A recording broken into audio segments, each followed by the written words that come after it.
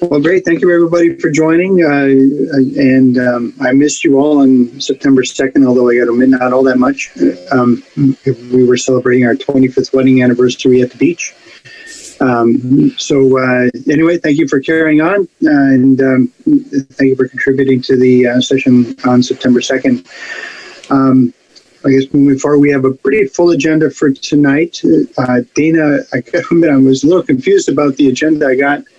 It was dated September 2nd, and I'm still kind of struggling to get it up in terms of, tonight's agenda. Do you want me to put up the agenda, the official one? I apologize if I misdated something. Do you want me to pull up the one that's on my PowerPoint? Yeah, that'd be great. Okay. Just kind of go through that. Did anybody else have that problem, or was it just my bumbling around late in the afternoon here? Okay. It was misstated, but that's okay. The first version that was sent out was misstated. Okay, let's see if this works. That is my email. So it was the right agenda, just the incorrect date at the top. Okay, well that makes me feel a little bit better. Thank you. I apologize. That's the kind of week I'm having. Okay, so can anyone see my screen that says Silverline Task Force Welcome on it?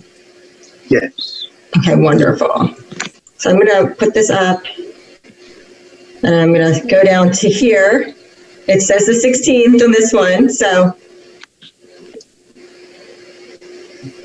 All right, excellent. Thank you. So the main agenda topic for tonight is the survey results. Dana's going to lead us through the survey results, and then we're going to talk about some meeting details and going forward, and a little bit of information about our upcoming meetings. So Dana, I'll let you take it away related to, do we need to vote to approve the minutes from previous meetings? I think we probably do, right? Yes, please. Okay. Would somebody like to make a motion to approve the minutes from the September 2nd meeting? So moved. I will second that motion. Let's see. I guess we're supposed to call out each name, right? Lori, are you with us? I'm Shayna, but yeah, I'm here. Shayna. Sorry, Shayna. That's okay. Do you I'm want sorry. to go through the roll call? I can. Can you tell me who motioned to approve? Was that Mr. Phillips? Yes. Okay, and then it was Mr. Stevens who seconded? Yes. Okay, so as far as my list goes, the people that are here, Mr. Abernathy? Approve. Mr. Blackley?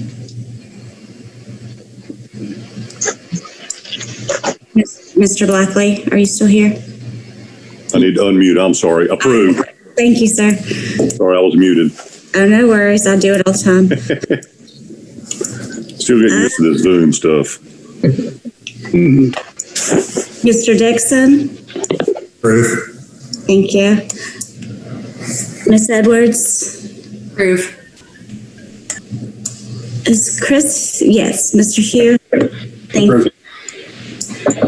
Mr. Johnson? Approved.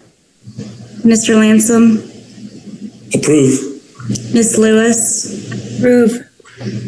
Mr. Phillips, Miss Reeves? Approve. Thank you much. Minutes are approved as submitted. Thank you. Chairperson Stevens, do you just want to recognize, I assume we have some folks in the audience. I'm not sure who they are, but Shayna, I assume we've got some observers. Yes. So we just want, for the record, we just want to recognize that we have some observers to our meeting, even though we can't see them. And Shayna, when you get a chance, could you promote Jenna, who is on staff at CATS, so that she can join the conversation?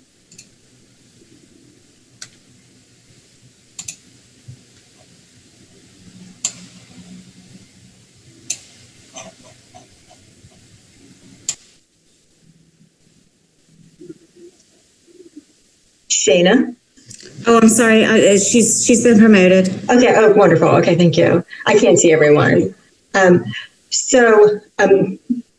Chairperson Stevens, do you want me to take it over and Andy and I'll go through the survey results with everyone?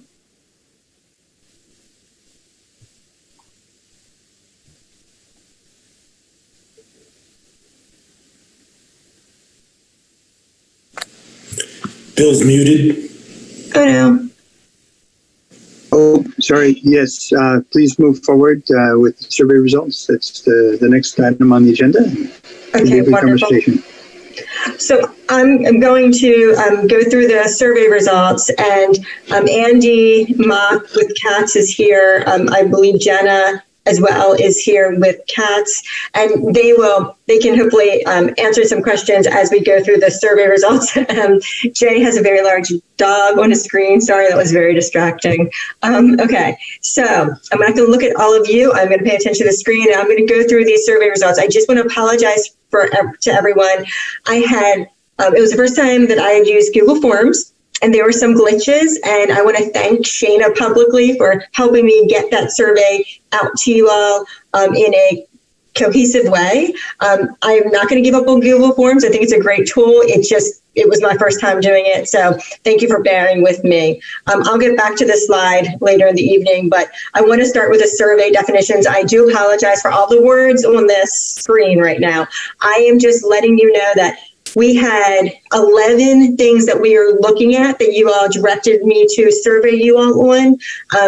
They're numbered 1 to 11, and they include beautification was the first one, creating transit-oriented development was the second, third was increased development along the corridor was the third, the fourth was minimizing disruptions for EMS or emergency responders like police and fire. We had minimizing long-term commercial disruption. So the least amount of long-term disruption to businesses. We had minimizing long-term residential disruptions.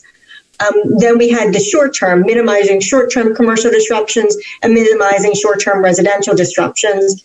Biped-friendly, positive impact to the tax base, and reliable ridership time. So those are the things that we talked about at our September 2nd meeting. We added a couple things, we changed a couple things during that meeting, and this is the list we surveyed you all with.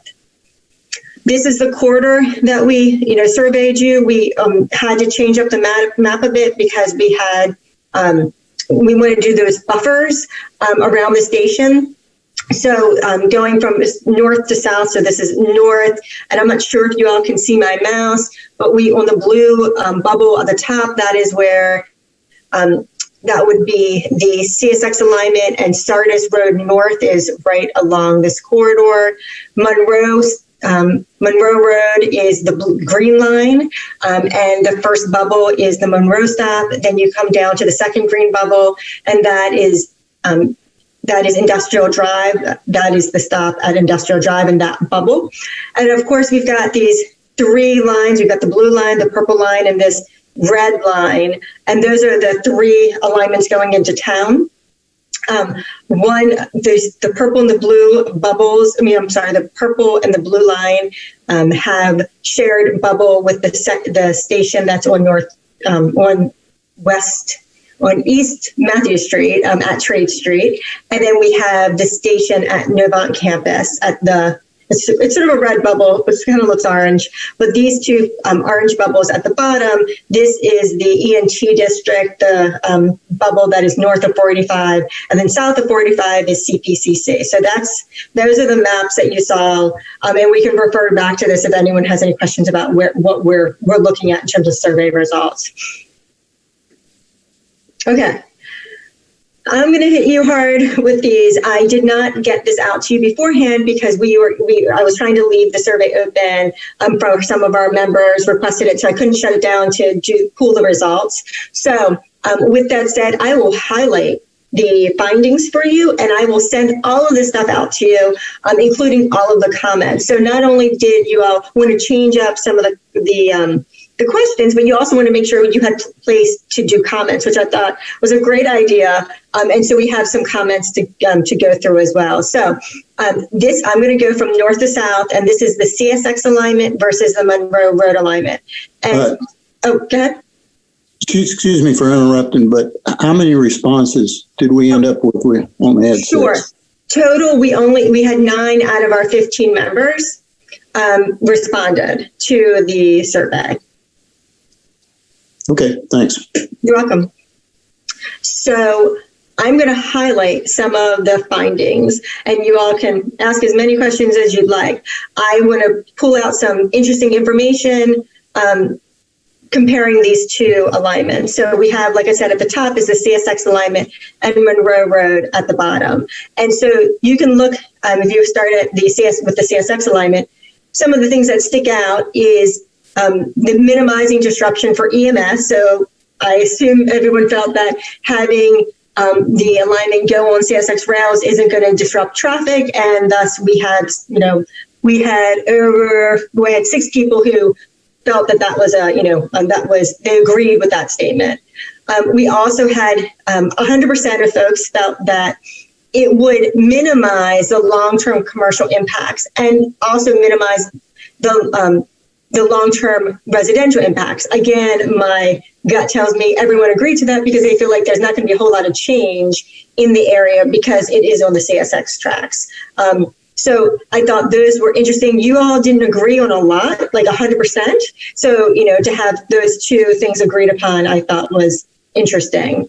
And other things, that comparatively, like if you go now down to the Monroe corridor, you can see that beautification, transit-oriented design or development, transit-oriented development, which is TOD, as well as increased development in the corridor was pretty highly regarded. They, you all, whether it's 6 and or 7 or 8 folks agreed that those were positives with this project or this particular alignment. However, you can go down to the orange line and see that everyone thought that there was going to be short-term impacts to the commercial area. However, you all had a lot of positive responses to positive tax base. So you saw it as positive for the overall tax base. So, in a nutshell, these are the results of the survey. And I realize that I've been staring at this all day and you guys have not. So I'm just going to be quiet for a couple minutes and let you all look at this, okay?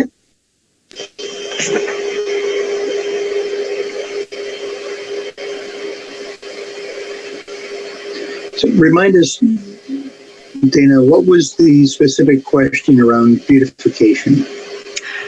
The specific question around beautification was beautification. It was gateway and industrial weather, infrastructure and weather here. Let me do this. I'm going to scroll back up to the first slide. So I will read it to you. Silverline will help create new gateways into the town. Oh, thank you. Okay.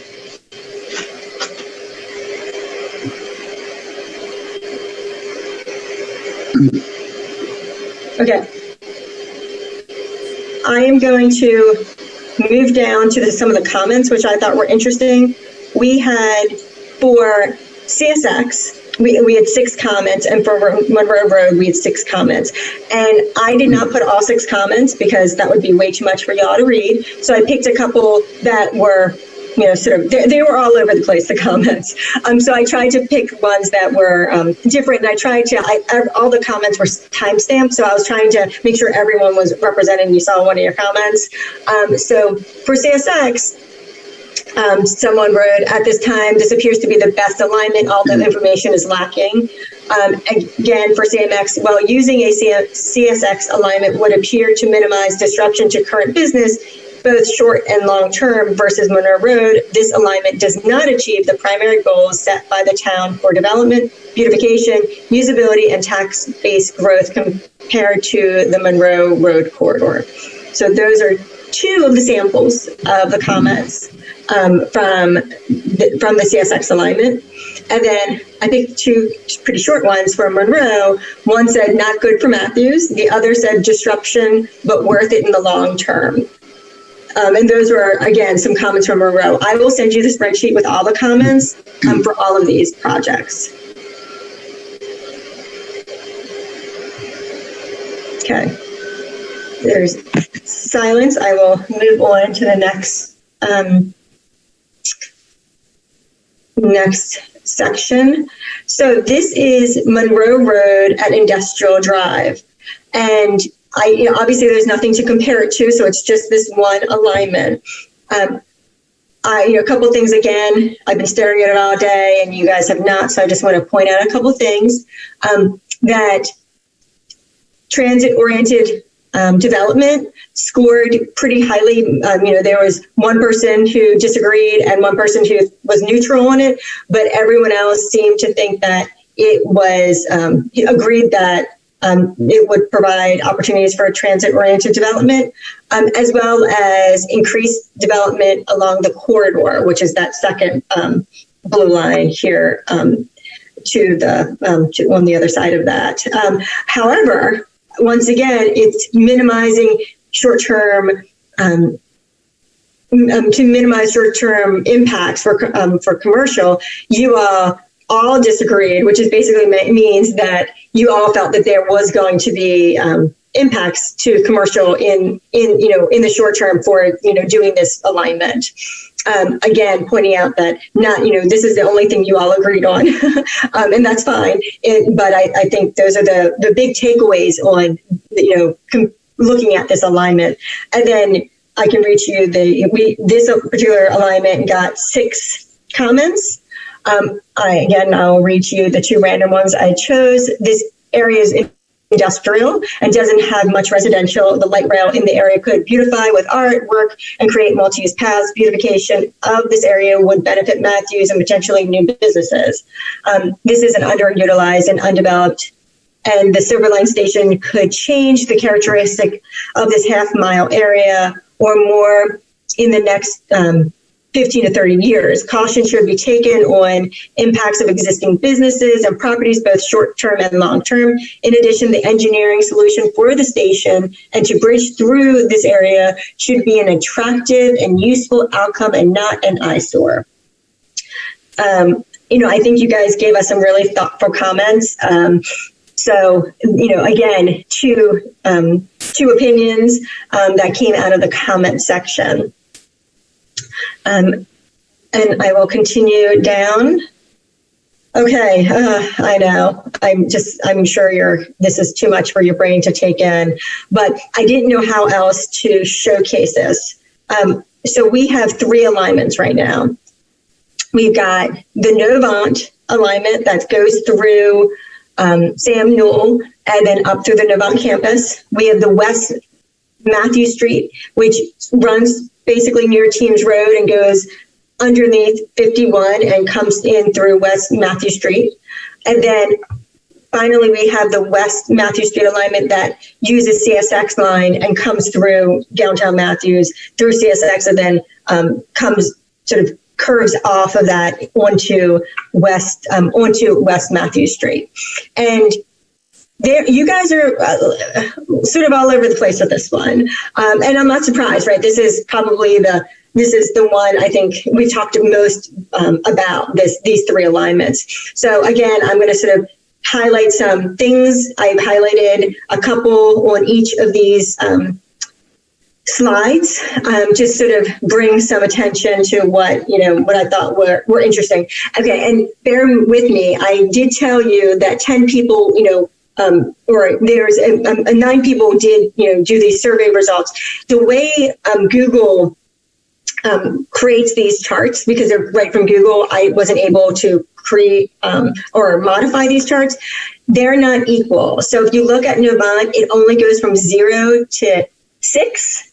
And then down here, it goes from 0 to 10 on West Matthew Street. So while this, one line may look longer than the other, you have to pay attention to the numbers on the side because they're not equal in their distribution on the graph. So just keep that in mind as I go through this. For the Novant graph, you're going to see that the minimum disruption to EMS is you have the folks who either don't have enough information or who feel that this would really just have impacts on EMS. So I think that's something we've talked about. And until I wasn't not surprised when this actually, showed up, where there's less disruption on EMS for the other ones. And then if you look all the way to the right, you see that reliable travel times that folks felt strongly that would be advantageous for this alignment would be, having those strong travel times. I didn't circle it, but, bike ped, people had, only 2 folks felt that would be a strong contender to create a bikeable, walkable station, where down here on the West Matthew Street, 5 people thought that it would be a stronger candidate to create bikeable and walkable. And while we're down on the West Matthew Street Teams Road alignment, you can look down and see that this increased development corridor, this actually is 6 people, where above, it's 5, it says, is that right? Yes, 7. Yes, this is 7 people, I apologize. So this is 7 people, where above it is 5 people. So on the West Matthew Street, 7 people have said that it would help increase development corridor, where the Novant one, it's 5 people. So again, I feel like these are really hard to take in just for the sheer fact that they're sort of all over the place. I would be interested in all of you all reading all the comments because they were interesting to read through.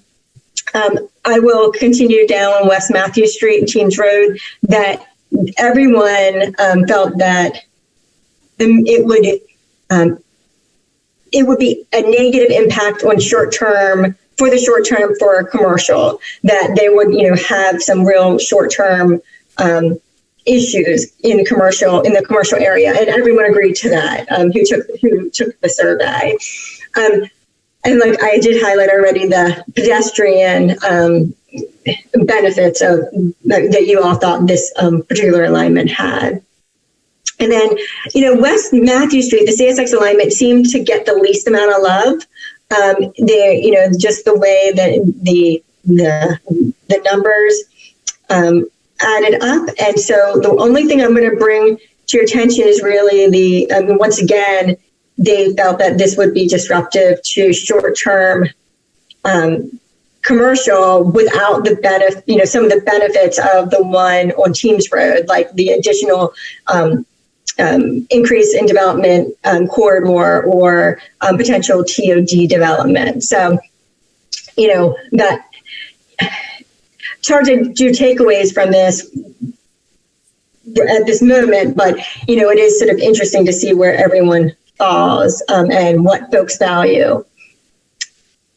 Unless someone has a question on this, I'm going to flip to the comments. Dana, this is Lou. Can you hear me? I can. If CSX becomes an option, then there is no route to Novant at Andrew Caroline Street. Novant on Andrew Caroline goes away because CSX doesn't have a route to that location except along Sam Newell. There is a simple adjustment to the CSX route that allows the Novant Andrew Caroline station to be connected to CSX. Can you put that? Sure. Lou has a slide. I'll show that to everyone. So is this the slide that you wanted me to showcase? That's it. At the top left on the map, the red line. Can you see my mouse? Yeah. Okay. Okay, I can. Okay. I hope everybody else can. At the top left of the map, the red line shows a short piece of track that connects CAT's CSX route to CAT's route for the Monroe, from Monroe Road. That's a very simple way to keep Andrew Caroline Novant in the picture. It goes underneath the Duke's high voltage power line, well under, so that's not a conflict.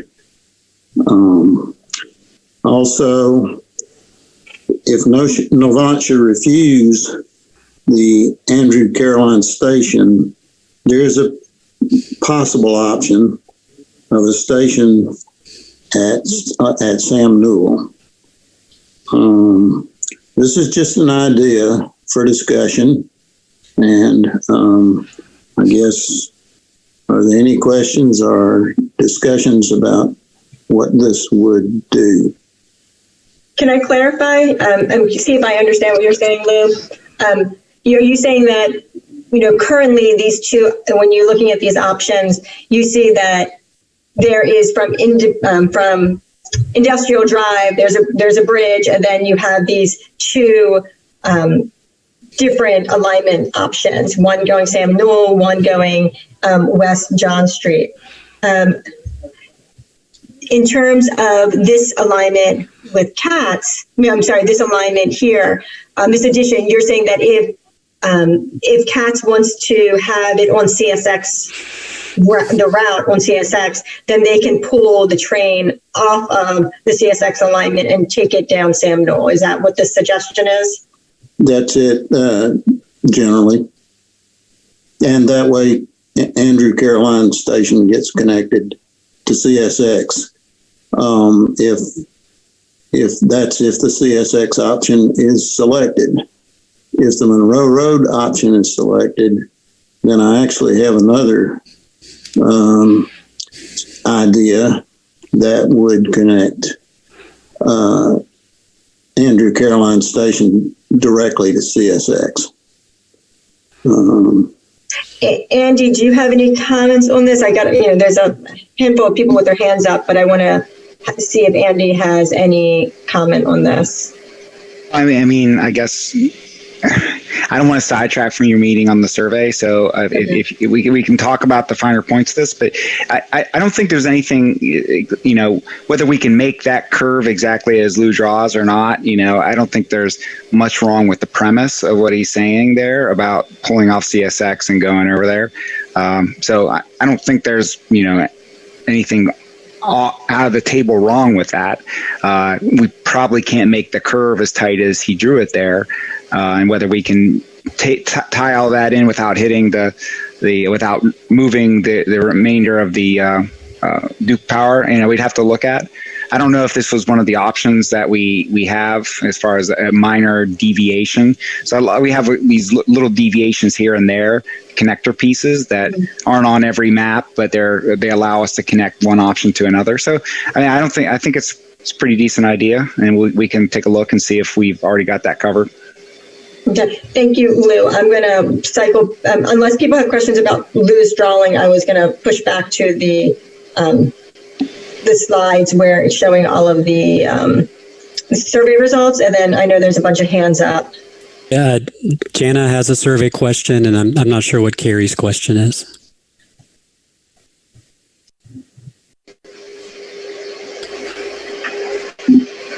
Jana, do you want to go ahead? I'm sorry, I couldn't get my thing to unmute. Okay. On the survey, just a quick question. Dana, exactly reliable ridership. Mm-hmm. I don't know if we need to go back to that definition, or maybe you can just tell me, does that mean, what does that mean? So we talk about reliable ridership time. So that means that your ride when you get onto the light rail is going to be more smooth and efficient, and you won't have as many things holding you up. So, if you went on CSX tracks and you're zooming down adjacent to the train because they're sort of buried in the trench or wherever it is, then you're going to have a lot more efficient, reliable ridership time versus going to an area that has a lot of arms down because they've got to let traffic through, more disruptions in the reliability of that travel time. Okay, great. And that's what I thought that it meant. So I would be that one person who disagreed that the Novant route would be reliable. And unless I'm misunderstanding it, I chose that it was not, I thought that it would be the slowest with the most stops, as you're saying, only because it was so off the straight line, I guess. And maybe Andy, you can correct me if I'm wrong, but I thought the straighter that the line stayed, the quicker the train could be. So you got it, Jana. That's exactly right.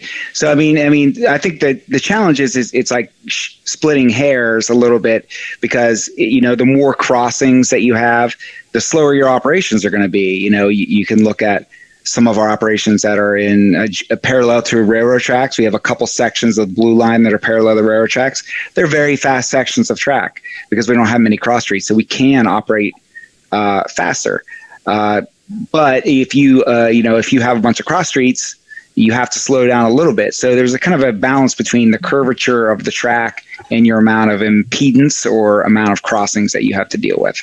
But whether Matthew Street, because it is straighter and it's shorter section of track, whether that's a faster line. I mean, I think I would say Novant would probably be the best way to think about it. It's probably more reliable because there's less crossings.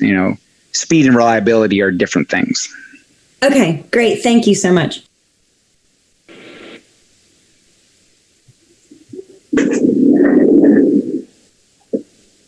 Jana, given that answer, does that change anything, or do you still feel the same way about the Novant station? I think I still, well, I guess on some of these questions, I sort of wasn't sure that I was qualified to give an opinion on them. I guess, I need to rely on Andy for some of the answers, which is exactly what he just did. So, to me, I thought that would be the slowest line, but maybe not. So I probably answered that a little inaccurately. I'm also not sure, just in my opinion, how important the slow and fast is, I guess, as it relates to the other things. So that's not a very good answer, Bill, but that's what I got. I thought that was a great answer. That it is a good answer, and thanks for that. But I was really torn on a lot of these too, kind of along those same lines of, I'm not sure I'm qualified to really have a solid answer or opinion. I'm qualified to have an opinion, but that doesn't mean I need to make people listen to it. But with respect to the Novant versus, which one of these alignments do I like best, or which one do I think is going to have more disruption of things? I hear you. I'm in the same camp as you, I think, Jana. You still need to digest more. But one other question. Yeah, go for it. I was going to say, can I offer something? Because we are through our process, we are going through a similar evaluation, and I think some of our evaluation can help inform this body in coming to conclusions about like runtime, those kind of more technical things that I totally understand why people wouldn't be comfortable making a value judgment on some of these things without the benefit of a lot of experience doing track design and working for a transit system for a long time. So we will be doing some metrics and evaluation that can inform some of your final evaluations. Might be helpful. Okay. I think we had a question from Carrie. Mm-hmm. No, that's all right. I'll hold that. No problem. Go ahead. So one question or comment, I guess, more than anything, Dana, in going through these, the green is something that I think is interesting. The green means there's not enough information. Right. And so as we're going through these studies, if you think you don't have enough information, or that the information that you're seeing now conflict with your information that you had before, or whatever the case is, let's try to talk about what might be a reason for you being in the green on these things, and try to fix that. I think that's one of the reasons we have Andy on the call. And, to see, I think it's interesting that there was a lot of green on minimizing disruption to EMS, through the downtown core, right? We've heard that that's a theme in a lot of our discussions. And, I don't want to put Andy on the spot now because he may not have an answer, but I think, he's going to be with us for the duration of our task force. So that's something that I think we all want him to hopefully gather some resources for us, so that at the next meeting or between meetings, hopefully we can email out some more information about that kind of disruption. Can I offer something on this topic, on the EMS topic? Sure. So if folks are familiar with the Blue Line extension, I won't go too far in details, but there are a similar situation, a fire station located at Ken Hoffman Drive. It's kind of similarly laid out the way that this area off Team Roads and Sam Newell is. So we were able, we worked with the fire department. We have a committee. It's called the Fire Life Safety Committee. So that there is an interface between the first responders and our project through design and construction. And, we would certainly be open and would invite Chief Kinneberg, who I've worked with closely over the years. Chief Kinneberg, the Matthews Fire Chief, he was a fire chief for the city of Charlotte. I worked with him for years and years. We have a great relationship. He would be invited. He would be able to provide some input. In my view of it, the good thing about that area where off Sam Newell is you have 2 points of entrance. You have Team Road and you have Sam Newell. And so that's a similar situation. It's actually even maybe a little bit better than the situation at Ken Hoffman for the Blue Line extension. And it's just a process of working with the first responders, hearing their concerns and addressing them over time. It's not a flip the switch type of a thing where, they're going to have concerns, clearly, and very real concerns, and we will address them moving forward. We had a police station, we had a hospital with an emergency room, and we had a fire station. I think we had 2 fire stations, actually, that were directly adjacent that we worked with, and we were able to come up with good solutions for all of them. This is Jennifer. I've asked a couple of times about the route of using Teams Road, going directly into the intersection of Sam Newell and 51. Is that, because that would be the straightest line over towards Andrew Caroline, and then we avoid the entrance for the EMS and we avoid that sharp curve onto Sam Newell.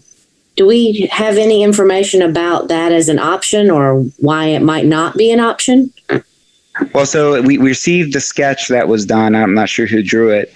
And so we've had a couple meetings to talk about it with our track engineers.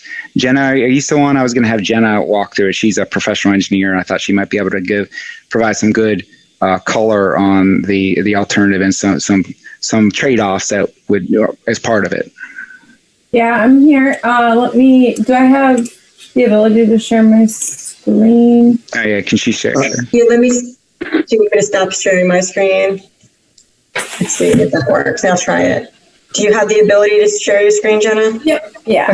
Let me just pick the right thing. Jenna, your background's adorable. Mm-hmm. Thank you. Yeah. She's in a car, light rail. Yeah. Very funny. Okay, let me just make sure I'm picking the right one. Yep. Okay. Yes. Oh, it switched screens on me. Okay. Oh, wow. All right. So yeah, this is a very busy exhibit. So I want to just tell you first, don't try to read everything. I'm going to try to go over it. You'll get this in your packet in the minutes. But we were given the drawing with the red line here, and some of these comments in red and orange were already on the exhibit we were provided.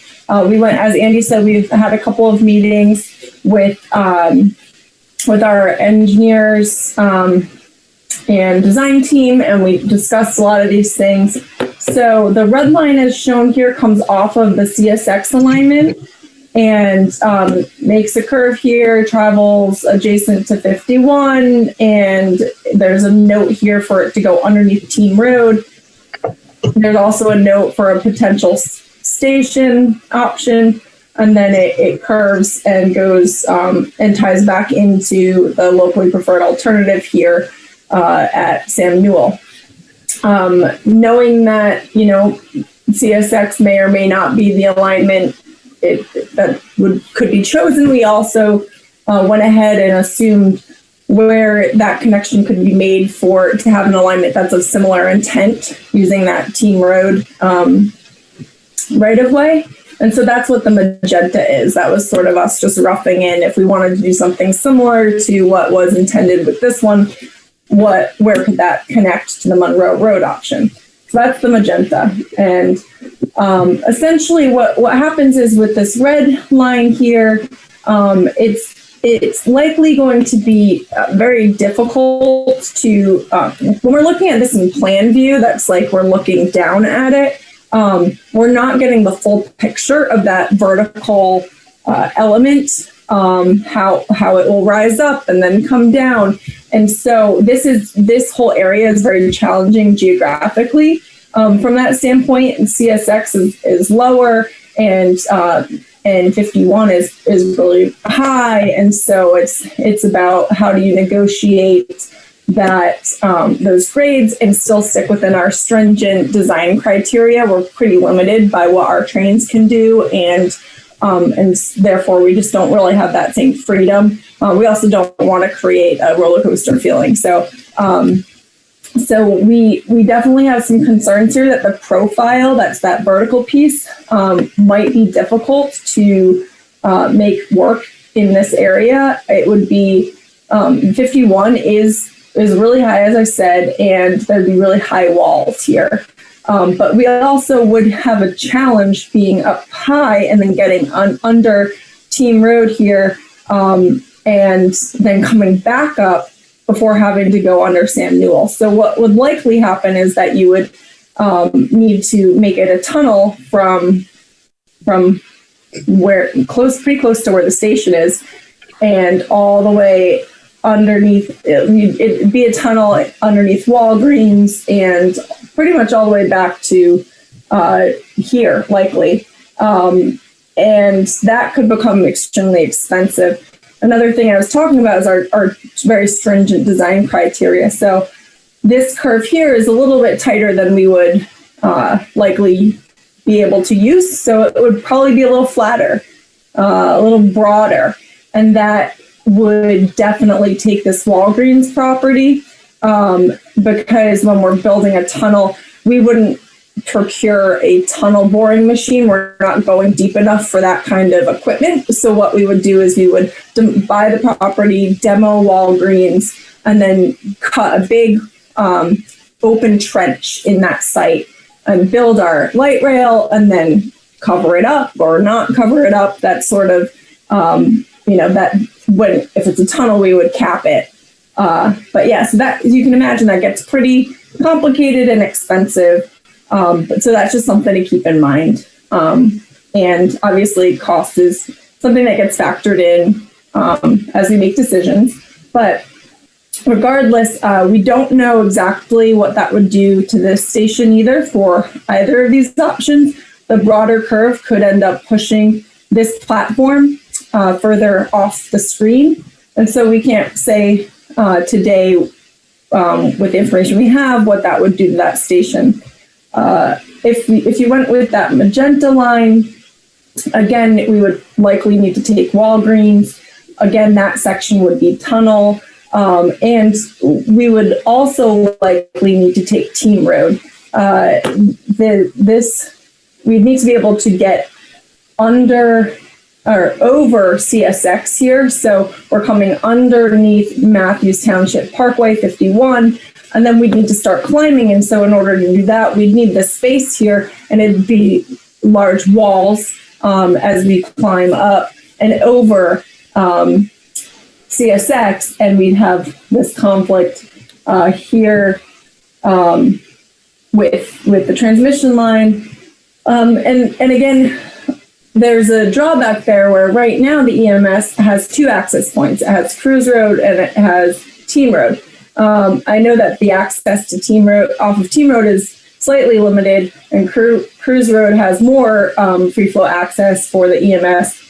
However, if we were to go with either of these alignments, it's likely that you would end up minimizing or removing access off of Team Road.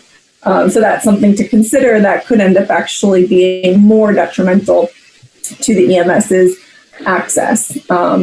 The Cruise Road, which you can't see off this screen, that intersection would just be a gated intersection. As Andy said, we have something similar at Ken Hoffman along the Blue Line. We work with the emergency management services to make sure that we're not impeding their access. And as a note on the gated crossing, I also have some video because I remember last time there were some concerns about gate time, and so I can show some videos of the Blue Line where we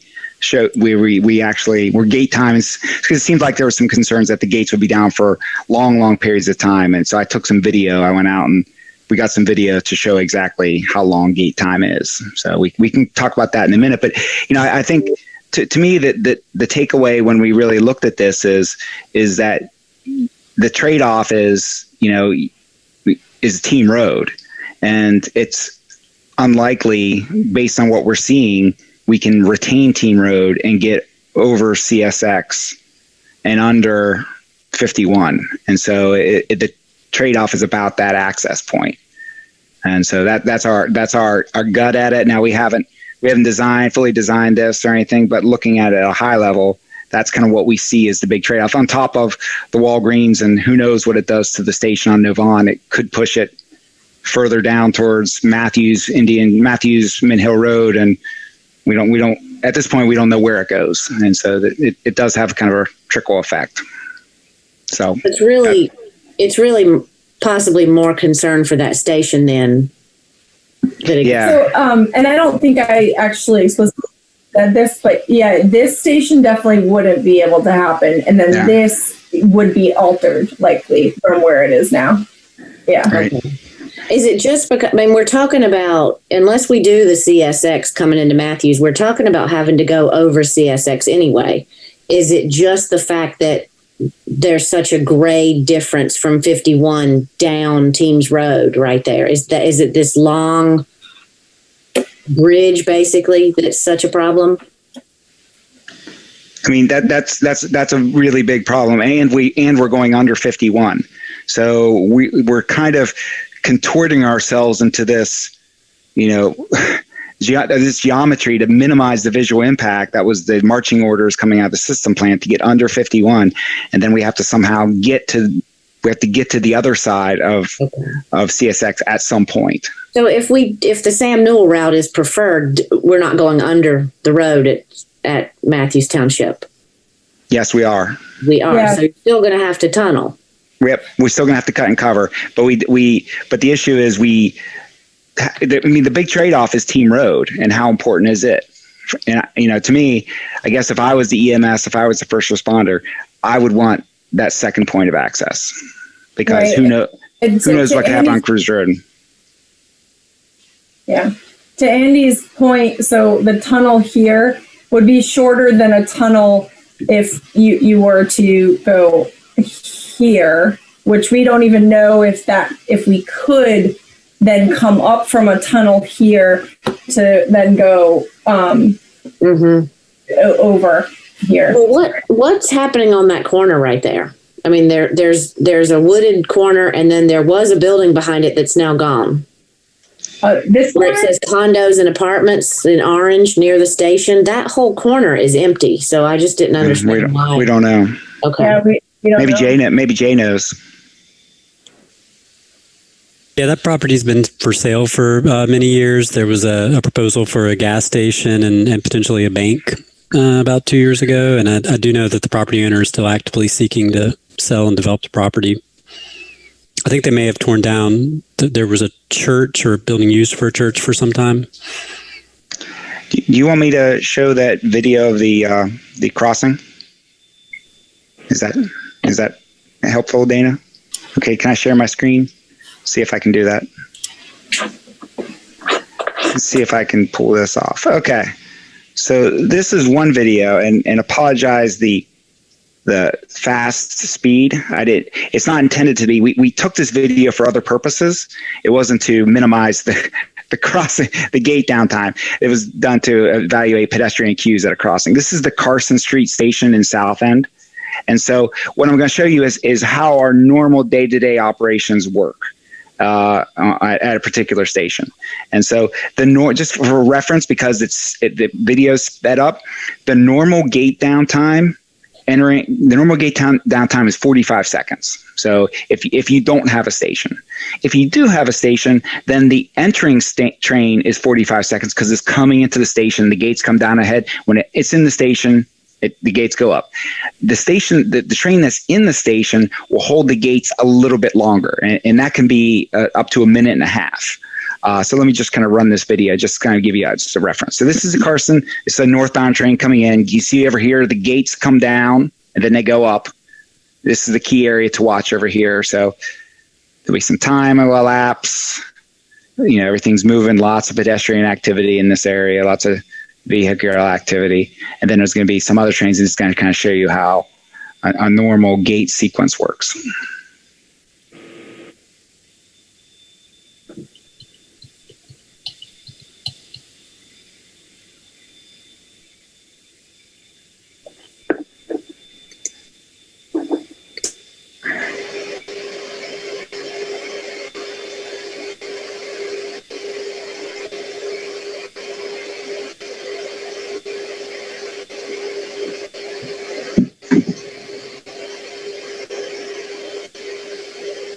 And the next train should be coming in a minute. There it is. So now when the train parks, see the train comes in, it puts the gates down when it's getting ready to go. So when it comes to a stop, it unloads people. It takes about 30 seconds or so to get everyone off the train who is going to get off. And then it starts to put the gates down before it goes. Now in this case, you have a southbound train coming in here. It's starting, and then the northbound train is coming in. And then it takes off. And then as soon as the southbound train goes, then gates go up. So which one of those is the minute and a half thing? So the situation would be is whenever the southbound train comes in, see, this is where the gate is. So this is south over here. This pink building is south. North is to our left. So whenever the southbound train comes in, it stops. And then it triggers the gate system as the pedestrians or customers are getting off, and that causes the gates to go down. I measured it at east-west, and it's probably the longer of the queue of being somewhere around a minute 15 to a minute 30. The normal way that's done if there's not a station, so in situations where you don't have a station, our normal calculated, and this is what we test by, is 45 seconds. So the northbound train would come in, and then it would trigger the gates back here in a loop, kind of like a traffic detector would. It would trigger back here in a loop way beforehand, and that we have everything timed. So the gates go down, the train comes through, and as soon as it parks in the station, then the gates go back up. So I circled that gate in teal, so because it's tiny and things are moving fast, so you can see what you were looking for. I circled it, sorry, Yeah. and then it goes horizontal there. So gates going up and down there. The other thing I want to know, just for a point of comparison, have you guys ever went to go across the street? I know it happens to me in Uptown, and you look at the white countdown numbers, you can go ahead and cross, and it's like 45 seconds. You have 45 seconds to cross the street, so 45 seconds is could be the same as a pedestrian crossing phase. So just to put that in perspective for you guys, what that is related to an intersection. I don't know if that helps or maybe not, but. Yeah, is this helpful information? I was trying to provide some information that would illuminate the group, and kind of because it sounded like there were some concerns about very protracted, long gate closures, like CSX Railroad, and we don't operate like CSX railroad. So the longest gate downtime I've seen is closer to a minute 30. Like again, on average, it's more closely to 45 seconds as far as total gate down. So Andy, just that is helpful, Andy. One of my concerns overall when you look at the alignments is if you're traveling through Matthews and there's a train coming and a train going, how many of these things are you going to have to wait for?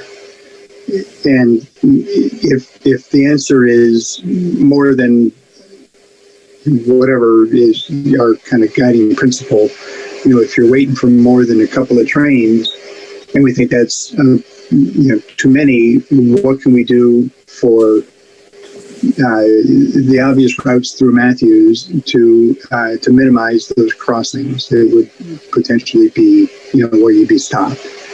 You understand where I'm going with that? Which I'm sorry, maybe I didn't understand the question. When you say waiting for trains, what does that mean exactly? So just kind of hypothetically thinking, I'm driving through town and the gates go down for one train. 45 seconds later, I'm on my way. I go 3 more blocks and I get stopped by another crossing for either a different train or the same train. So you're saying like CSX and the light rail may compound the traffic concern. No, I really wasn't thinking about CSX. The Matthews train winds around, right? So if we could point on the map and say, where are the crossings? Where are we going to stop people? And then just very conceptually thinking, how likely is it that one car would go through both of those crossings in one single trip through Matthews?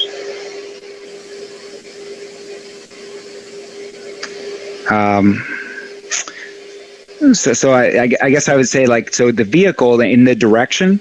So like if you're thinking, let's think about Matthew Street. So if the gates come down and it's an eastbound train, meaning it's heading from Charlotte towards Matthews, it's going to come in, it's going to trigger the gates, all the cross streets stop for 45 seconds. It's going to operate just like the signal. So it's going to work with the signal crossing. So it's really no different than the green signal that's there today. It's just the timing may change. And so maybe I don't understand the question. I wonder if I can. Jay, give me some help here, Jenna.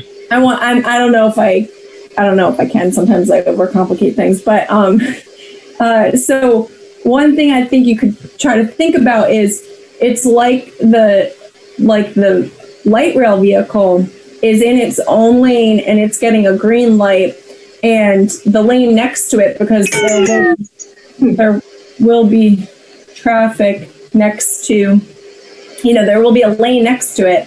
That can go straight as well. Like that will be able to continue. What you don't see in this picture is we don't have a street right next to this, so this is in its own right of way, but there will be traffic next to it. So these people can keep going when this train can go. You just can't go this way. So what Andy was trying to say is it will synchronize with the signal phases. Like, okay, if you're going straight, you can go straight with the train at the same time, but the people going across, they'll have to wait for their green light. So it might be the same length as a regular signal phase, a regular red light. It's just that, you might have, the train might be driving next to you. So I think that's a little more complicated. Well, I guess that scenario of going straight with the train, that makes a ton of sense. That wasn't really where I was going with it. I think what I need to do is clarify my question specifically on the alignments. I'll say that we could point to some circles and we could talk. But I'll say that I've driven around the light rail a lot, and I don't think I've ever had it stop me twice on a route. Because it's moving fast, it's going straight, and you would have to be really trucking to be able to get around it multiple times. I don't see that happening anywhere. Harry Lamson Okay. had his hand raised. Bill? Thanks, Jay. When we talked at our last meeting as a group, we really were vacillating between these kinds of questions as it related to coming through downtown in those two options, and less so about the one that was going to travel up and around the bend, down Newell, and through Novant. And at some point, if we're going to get back to the survey issues, I think there's a long discussion as a committee and with your help, Andy and Jetta, that would help us understand what the implications are of trains running through downtown. And we're touching on this, but CSX is going to run through town with the station and so forth. If there are trains running in each direction every 10 minutes, we can do the math as to the amount of queue time that gets done in a day and apply that in some general forms. If we aren't going to, as a group, decide that we want this to run through downtown, that isn't as important a discussion at this point as asking ourselves which of these two alternatives is the preferred. And I appreciate the video and those elements about what the train delays are for these activities. But in all honesty, from my perspective, if you're going to bring that train, whether it's from Monroe or CSX, and you're going to bring it through town, it has to be underground the entire way or it shouldn't be there. There's just no way we can take the disruption, I don't believe, regardless of whether it's a minute in each direction, regardless if it's a minute every 10 minutes, it just doesn't seem to warrant the benefits as opposed to the other activities. But as a group, I don't believe we've reached a conclusion that says 1, 2, or 3 prime for that section that's going to run down through downtown Matthews. I think that's a topic, Bill, for all of us on the committee to see if we can vet that down to either or. And I think the other area where we discussed a lot of variability was Monroe Road corridor or the CSX line coming down from the Galleria to that point of demarcation where you'd have to either come across town or downtown.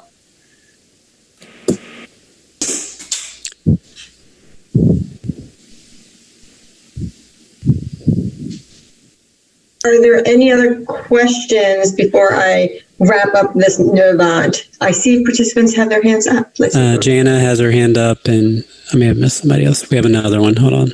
Lou. Okay, thanks, Lou.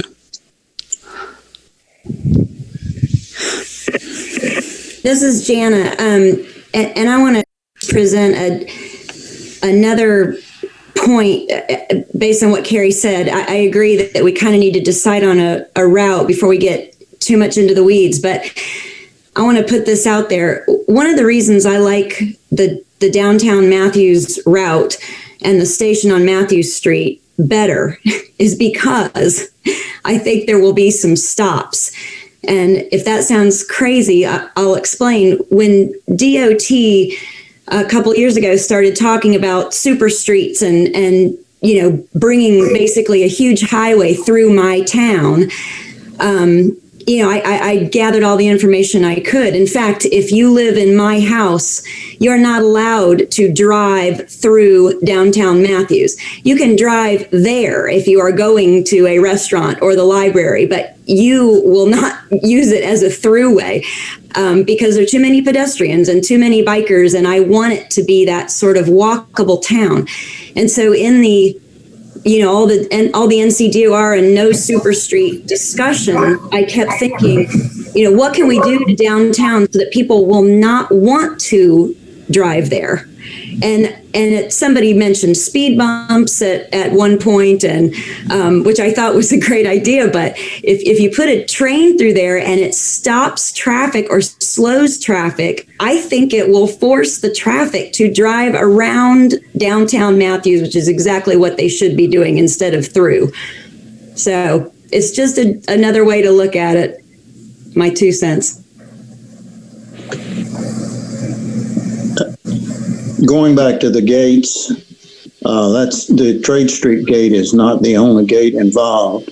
There's Ames Street, there's Fremont Street, there's the Matthews Station Street, there's all those businesses along Matthews Mint Hill Road that will have to have some sort of access off of Matthews Mint Hill Road. They won't have it because it's closed off by the side running rail. Would be interested in knowing how that could be handled without more gates. There's Crestdale. We're talking about a lot of gates. Too many gates. I agree with you. I don't want that many gates either. They're hard to build, hard to test, hard to maintain. So what we would do is, we would have to have gates at cross streets. So you're right, Ames, Matthews, Crestdale, the major cross streets would be gated in some way. And so we've got some precedence for that on the blue line. So we would have to signal time those, and there would be different ways that they would be staggered and configured. We've done this some other places.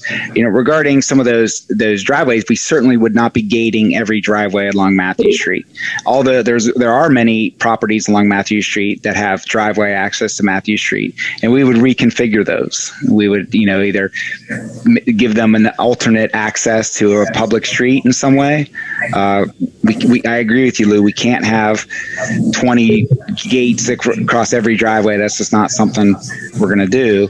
But we can provide alternate means to reconfigure those driveways so that people continue to have access to the public street, and then will have access to a cross street that's gated, like Crestdale is an example of that. So we don't have all the details for what that would look like, but we feel like we can provide the alternate access to all those properties along Matthew Street. I see Wyatt's hand. Thanks, Andy. I think one thing, and by the way, thank you for coordinating a potential tour for us of the Blue Line. That's going to be, I think, very, very educational. I think a lot of the questions and concerns that are being raised relative to the details of all these things could really easily be shown by going on that tour, because I think you can absolutely see exactly how long things are down. You can sort of see how everything interacts together, and it's in my experience, having been around what CATS has done in along the Blue Line, there's a lot of detail paid to all the things that we're bringing up, for sure. And it's not perfect, but they do a really good job of analyzing it.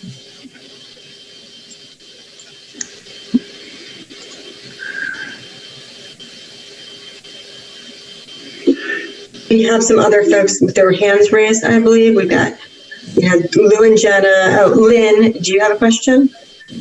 Yes, I was wondering the statement on Matthews Mint Hill Road. There would still be traffic. You would still be able to drive down the road, right? Good question. So the idea for Matthews Mint Hill Road is that we would rebuild Matthews Mint Hill Road and then build light rail directly adjacent to it. So it would be on what we call the curbside. It would be like a side running condition. And so you would, as you're driving down the road, if you're driving towards Independence Point Parkway on Matthews Street from Trade Street, and you would see there would be a light rail on your right side, not like right next to you. There would be clearance between the running lane, the traffic lane, or the general purpose lane, and then a light rail, and then there would be a station right at Matthew Street. So you would be driving down, and there would be a light rail on your side. So that's kind of the way that if you thought about a cross section of the street, it would be light rail, then a space, then the general purpose lanes, and then another general purpose lane, then the rail trail. So yes, we would retain that. Matthews Mint Hill Road would continue to remain open. I wanted to highlight, if this is a good time to break from all the questions, some of the comments about Novant, West Matthews, CSX, and West Matthews Team Road. And I apologize, I have my little, I've got everyone's pictures right in the middle of all the text, so I can't read it. Okay, now, so There was 6 comments for the Novant section. There was 6 for the West Matthews, and then 8 for West Matthews Team Road. So the first for Novant, I really don't like the idea of cutting through Novant campus. As shown in the map above, not only would it make hard for Novant to grow, I think it is also too far for people to access downtown. Someone said best station location, good access. Someone else wrote we should discuss using Team Road to get Highway 51 Sam Newell intersection to avoid cutting off fire, EMS, police. Thank you, Andy, for addressing that tonight. Then we have comments from West Matthews Street, CSX. I don't like aligning the CSX unless CATS has more control over things, which doesn't seem like it would be the case. The next comment is route is okay. Station is most important. Need to be mindful of protecting downtown businesses. No park and ride here. Town can choose to enforce parking requirements, make sure downtown businesses are not harmed. Traffic for park and ride should be at Sportsplex. So again, that was for the CSX alignment. That is for the West Matthews Street following in through the CSX alignment. And then the final one, West Matthews Street at Teams Road, way too disruptive everywhere, especially Trade Street. Best option close to downtown without being so close to 51, most efficient. And then the final comment, or the final in this slide, is the Team Road route to West Matthews to downtown Matthews route is my recommendation for the route, given the long-term benefits to the town from redevelopment and activation of the urban core, as well as the greatest opportunity for new development. Bypassing downtown works against urban residents and pedestrian growth for the town, ... parking deck. I took some of that out just because it wasn't fitting in the whole slide. So again, I think the comments are really interesting, and I will, after this meeting, send out all the comments so you all can read it. I believe I've got one more to go through. This is the IPP Independence Point Parkway to CPCC alignment. And just some things I want to point out is I think folks thought there was a lot of opportunity for TOD growth, so again, transit-oriented development. They felt strongly, the next one over, to increase the development corridor and potential in that whole area. And then if you go to the final one that I highlighted all the way at the end, that positive tax base, they saw real positive tax base growth for the alignment going into the both the IPP and CPCC. 7 comments on this one. I would say very positive comments on most of these. This section lends itself to great amount of new development, hands down the greatest value for a growth perspective and improvement to tax base. I don't really have much concern about this alignment. I would like to see a large park and ride near CPCC to encourage those on that side of town and neighboring communities park there. I think that would be helpful for mitigating people coming into Matthews and parking in downtown area. So I don't know if you all have questions on this particular alignment. I don't see any hands going up. And so in terms of surveying, those are the things those are the high level takeaways that we have, that everyone's thinking and feeling. And I do want to bring to your attention this sort of grouping of themes of other topics. And I just want to bring it to your attention because I think folks are sometimes they feel that this group needs to make some recommendations, where I just want to make sure that everyone understands that, the town has mechanisms to make these kind of decisions. So I know parking has been a theme throughout our conversations, and we do have in our downtown mobility and parking study a whole process that was adopted for parking management strategies.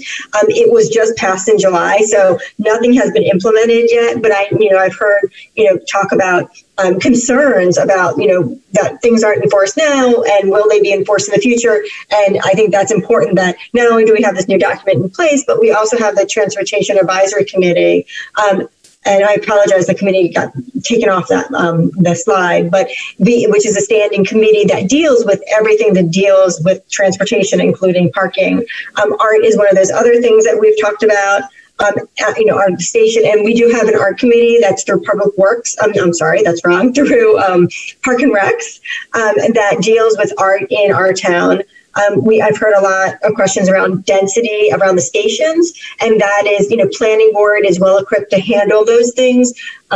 Again, station design and zoning, those again would go under the planning board. And then, overall traffic flow and congestion, it would be Transportation Advisory Committee. And so, I just want to make sure you all are aware that you are bringing up some really great things.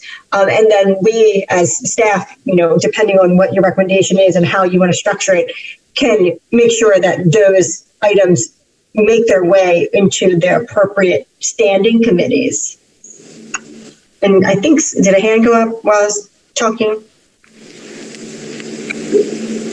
So, Dana, I'll jump in here. This is Bill. I'm just going to reiterate these other things that it's hard to know how to kind of compartmentalize our thinking in terms of the route without having an understanding of how these other decisions are made. Mm-hmm. And we'll need to talk through some of that. I need to talk through some of it. I got to say, how in the world can I decide whether or not a station at West Matthews Street versus Novant to be a good idea if I have no clue where these people are going to park? Well, somehow we need to kind of talk that through and figure out what are the things that we can decide on? What are the benefits or the perceived best ways of doing that bit of the alignment, and then pass off those hard decisions to these other groups that have a keen interest in it. I don't know if that helps or not, but somehow we need to find a way to compartmentalize the difference between the route and all these other things. And I'm not making it any easier. I'm just saying that, that's where we are.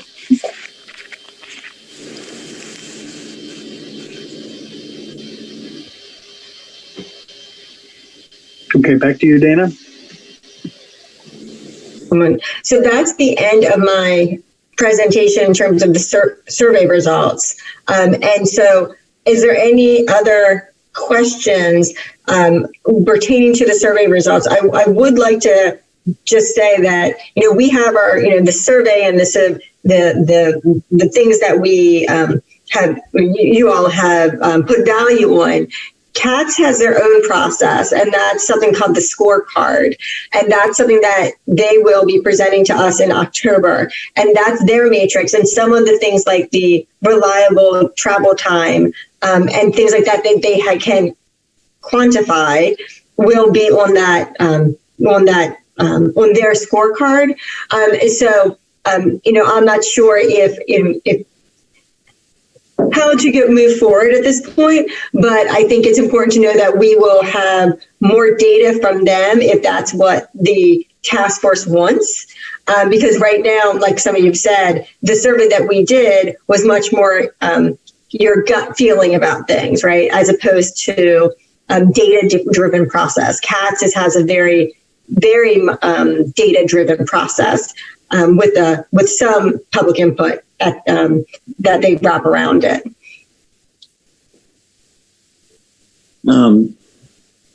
Dana, could you possibly get the totality of the comments ready for tomorrow night's TA Transportation Advisory Committee? In case the subject comes up, that's a short schedule, but yeah, I mean, the comments, I have a spreadsheet ready for all of the comments already, so I can happily email that out after the meeting or first thing tomorrow morning. So thank you.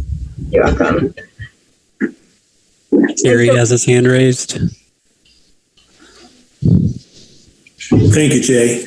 Dana, I'm just wondering, is there an opportunity for leaving this open to get additional surveys done? We had a third of the group, counting 15 minus 9. We're not well represented here as a majority without the opportunity. Could we continue to ask that this be available, and that if anyone has got an opportunity and was unable initially, that we could get that completed so we'd have at least I mean, we have no rush from that perspective. Is there a way we could perhaps encourage that? I'm happy to leave it open and send out a reminder email. We would have to, and we'll see what we get. I would have to redo the results, right? If we got new information, which is fine. So that's the will of the group, I'm happy to leave it open. I would say that, this survey is not the end all be all. It's a conversation starter, and it gives us a sort of an idea where everyone is. I think we're going to have to figure out a way to maybe do a straight up yes or no for each of these alignments. At some point, so that we can see if we're near consensus on any of these points. We've got a lot of sections, and so that's something that I guess I got to talk through with Bill about reaching. The end game is reaching some sort of consensus to recommend. Your mission is to recommend an alignment to the board of commissioners, right? That's the end game in all of this. So perhaps there is greater. Perhaps the Monroe or this, I guess the Monroe is the one piece, because we've got two pieces with really no competition, and then we've got the downtown section. So we've got two pieces that really have to be really talked about in some detail. Okay. If we are technically challenged and we're unable to do it the first time, maybe even just calling you and going through those questions and having someone populate them for us would be a way to encourage as easy as possible, but would allow everyone at least the opportunity that chose to have input on, what is going to be a base set of data that we're going to begin discussion from.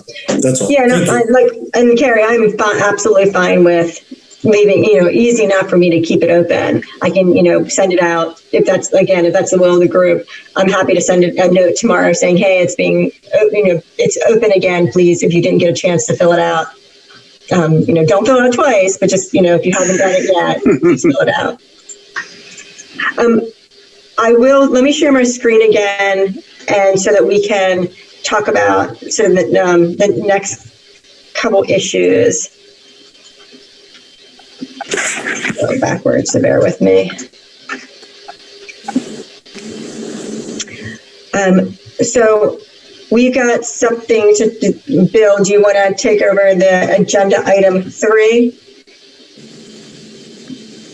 Right. Oh, thank you. Yeah. So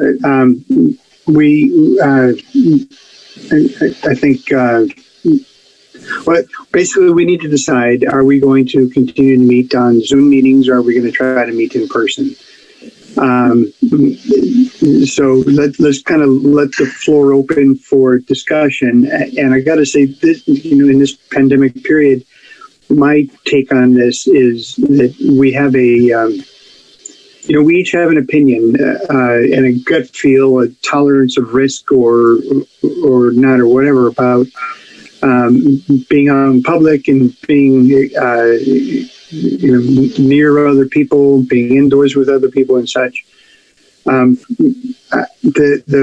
hard thing about this is that there's no real, in my opinion anyway, there's no real concrete answers as to what's the best way to go. Do we meet in person, or do we continue with Zoom meetings? And one of my things that with respect to this task force that I'm real conscious of is that we have 9 people on the committee. We have Dana and Susan and Jay and others that frequently attend our meetings, Andy and Jenna and such. We need this info from. So we're very easily at around the 20-person mark. And if we were to find a space where we could be appropriately social distance with the proper mask or whatever, is that, first of all, realistic? Is that something that would be preferable to Zoom meetings? So I'll just put that out there. There's, I'll put my heart on the line and just say, I'm hesitant to say yes, let's meet in person, but I'm also really, really tired of doing Zoom calls. So I want to hear some other thoughts. And I do have an update from our town clerk if you all would like to hear about the technological aspect and how it would work. Thank you. Yeah, so if you started with the hood room, we could probably accommodate everyone just fine. We'd have to be spread out. Of course, everyone would have to wear masks. We do not have enough mics for everyone, so passing mics around would not be preferable. Also, we currently do not have the technology for folks to attend in person, but also attend and watch the presentations remotely. So if there are visuals, those visuals would have to be shared ahead of time for those that are not in attendance in person. So just keep that in mind when you're making the decisions. There would be some logistical challenges if we're going to be split between in person and remote. So. Yes, I would like to go both ways. I think that's the way to do it. Even though it's technologically challenging, certainly we should be able to send out the handouts before the meeting.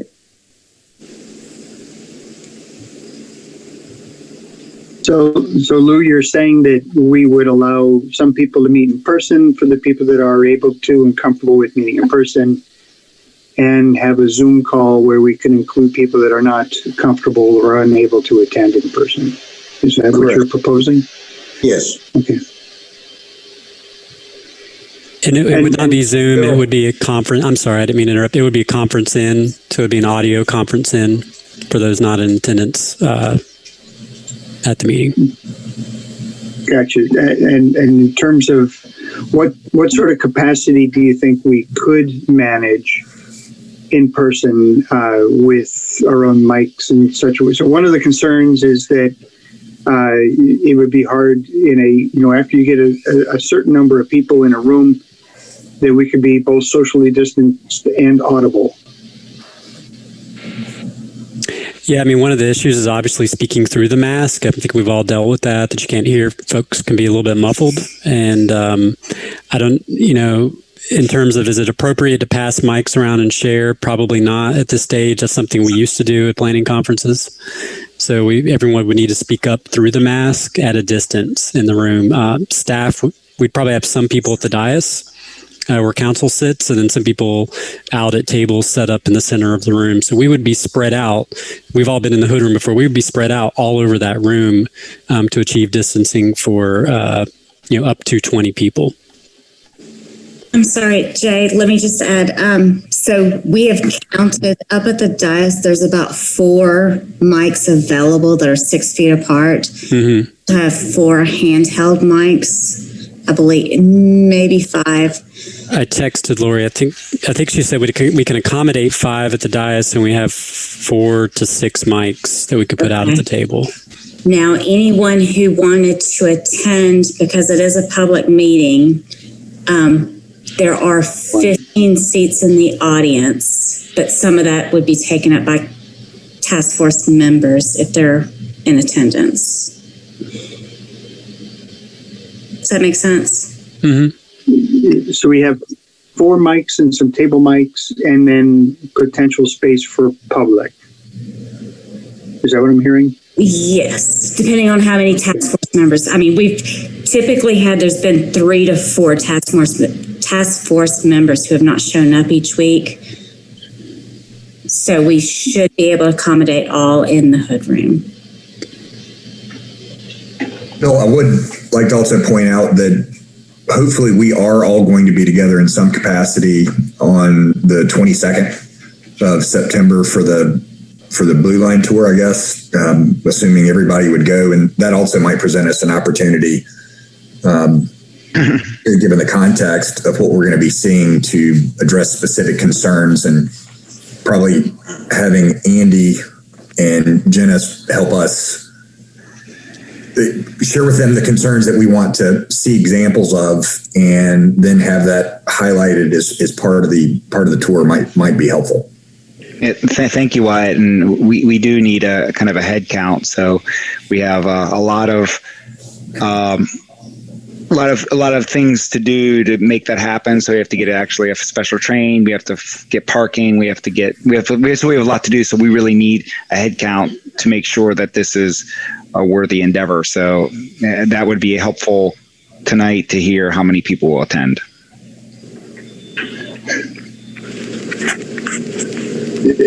Okay, so thanks for that, Andy. Just a reminder, I know I have not replied, yay or nay. It's during the business day. I need to try to weigh what's going on in my life at that point in time. But I think we owe it to Andy and team to respond relatively soon. So if you haven't already, like me, answer yes or no as soon as you possibly know whether or not you can make it. Is that fair, Andy? Yeah, that's fine. I just, we just have a lot of dominoes lined up to get this to happen. So just let me know as soon as you can. Thank you. Mr. Lansom has his hand raised. Thanks, Shana. Bill, my 2 cents. While it's been difficult with the technology, I believe to date we've been reasonably effective using the Zoom model. Given the meetings that we have remaining, I guess my question would be, maybe we don't need to do each of the next meetings in this fashion other than by Zoom, but perhaps the one final decision-making meeting, if that's been pushed out until early November, would buy us time, first of all, for another month for things to perhaps continue to improve. And second, would allow us to continue to get information, share information the way we have been, which has some flexibility in terms of the times that we tend to speak. And we tend to overrun all of the current meeting times that we've been through. But maybe we select a particular meeting that we want to try to target and not just assume that we should begin doing this effective October 7th. That's just my thoughts. So that's helpful, Kerry. Appreciate that. Okay, so that's another idea. Is that maybe we say Zoom call for October 2nd, in person on 21st, or whatever. Let's talk a little bit about future meetings. 1021, Dana had earmarked for some additional information for us. And we had essentially at this point in time, a relatively open agenda for our October 7th discussion. I think October 7th would be a good time for us to start getting a little bit deeper into where we all stand. Is, if we have 15 people on this committee, are we going to have 16 different ideas of what's the best way to go? Or do we have some consensus on something or some parts of the plan or some parts of what we think are the best ways to make a decision? Those are the kinds of questions, those are kind of discussions that I think we could start digging into on October 7th.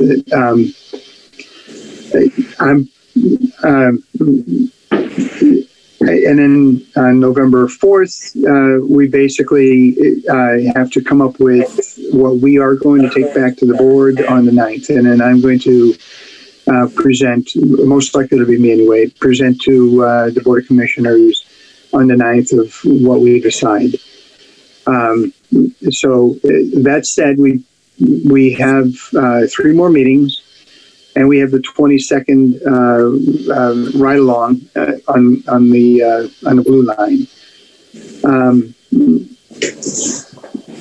Any other ideas of Zoom versus in person or combination?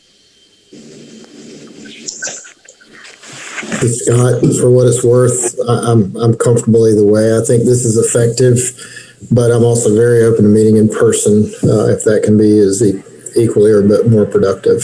So I think we have been productive this way, but we're always better together if we can do it. I believe it was said that we could do audio conference remote. That would be an option. No video. I think that's what's on the table. Yeah. So if we do the combination, it wouldn't be, like one of those giant Zoom screens that you see on America's Got Talent with, some of us in the room and some of us on the TV. It would be audio only for the people remote. Did I get that right, Andy? Sorry, not Andy, Jay. That's correct. Yeah, we would probably have to share copies of any material being presented and just ask people to try to follow along. Okay. And if I can say something, in terms of our staff time and trying to get you those materials, we do our best to get those out ahead of time. But like tonight, I didn't know Andy was showing the video. There's benefits to, for all of us being able to be on the same format, whatever that is, right? All in the same room or all in the same Zoom session, because us staff members can only produce as fast as we can. So it does allow staff to, we don't want folks to be left out and not see materials or have materials, which again is just one of my personal concerns, just because I often work to the last minute diligently. I wasn't, I'm not working and procrastinating, but it just takes a lot of work to get this stuff together. So thanks for chiming in, Dana. We are a citizens advisory task force, and the staff for the Citizens Advisory Task Force usually has a role of basically guiding and advising and helping us to communicate and put together the details. In this particular matter, though, I think, Dana, your vote, your say in this matter is equally important as the rest of us. If you feel strongly one way, I'd like to hear that too. So if the chair allows me, I guess my biggest concern meeting in person is in the hood room. It's a large room. We're going to be wearing masks, and if we don't have enough microphones, I don't know how we're going to hear each other. Honestly, that's my biggest concern, is that we already have folks who don't speak anyway, who are quieter, and I wouldn't want to hinder that by not having an equal ability to feel comfortable using a microphone. So I feel like that is my biggest concern in terms of hearing one another. If you're asking my personal opinion and my comfort level, I would say I am not comfortable being in a room with 20 plus people for an extended period of time. These meetings typically run 2 hours, right? About 2 hours, hour and 30, 2 hours. I know folks are going to want to take off their masks and drink some water, and that's going to make me uncomfortable. But that's just my own personal opinion. I don't have pre-existing conditions, but I have, family members who do, and I just been very risk adverse during this pandemic. I'm not quite sure how we can take this vote. I honestly don't. What is, I guess, the one of the things that occurs to me is the decision that the town board has made, that they had the option of meeting in person on September 28th, and they decided to keep it 100% remote. Right? Do I have that right? That's correct. And this ease of communication and comfort level with the technology and the challenges of indoor social distancing under all the other precautions, I think is what steered that decision. Is that safe to say? And I do have to say their meeting is being held remote due to other circumstances. Their October 12th meeting will be a live meeting. Okay. Well, okay, let's Bill, go. I've got a question. Just curiosity. Can a Zoom meeting not be held while we're all in the same room, just using our telephones and our iPads, and we just look at our screen? It wouldn't, the Zoom meeting thing would kind of illuminate. I mean, part of it is going to be bandwidth at that point. Do we have the bandwidth at Town Hall to withstand video conferencing while we're in the same room? I think the bigger issue is echoes. That's just a redneck question of mine. I have no idea. You get a lot of echoes. Yeah, feedback. Mm-hmm. Right, we would have to be sure we aren't on speakerphone or speaker or whatever. I do that sort of thing with work frequently, where we'll have 3 or 4 people in the room. We'll be talking into some sort of a desk phone, presenting online, and talking to people around the world. But that's audio, not video. So I guess, the option for in-person meetings seems to be in-person plus audio with remote people. And can we juggle the audio even within the room? Right. Bill, does anybody feel strongly either way? I mean, is it, because from the meeting in person, I didn't, I got the sense of it was more, if we can do it, let's do it. But I don't know on the other side, is there a strong, I know I would not attend a in-person meeting at this point. So I just didn't know if there's strong feelings either way on either side. This is Natasha. I think this is a very visual process. And I think if we don't have the visualizations and something that'd be easy to follow along with, we look mainly at alignments and a map and plans and things like that. I think it's going to get very confusing. And I think it's going to, I personally think we all have to do one or the other. I appreciate the thought of doing it as a combined, but if we don't have the technology that can properly support that, I don't really see it being a very productive meeting. That being said, I am not opposed to potentially meeting in person, but I'd rather support those who are not in favor of it. And, their health is not my business. And if people are not wanting to do that, I fully respect that. So I think if there are people who are already saying no, I think maybe we just stick to the virtual, and, if it's not broken, let's not fix it. That's sort of my. Well, I guess thank you, Natasha. That really, really helps. So part of that question is, are we broken? And I've heard, I think 3 or 4 times now that we feel like we're working relatively well. I can tell you here's my comparison is that there was a John Street meeting back when we were talking about the John Street design and what can we do to help influence the state's proposal for a super street coming down John Street.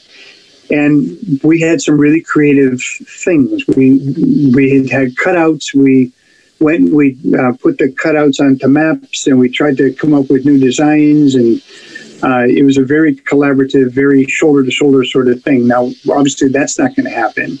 So that idea of doing, some really creative, collaborative work in person, that's a no-go.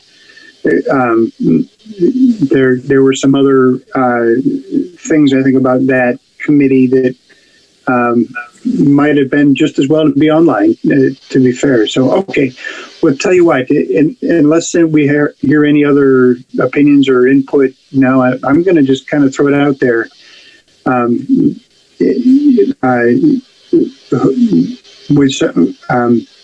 I'll put it to a vote.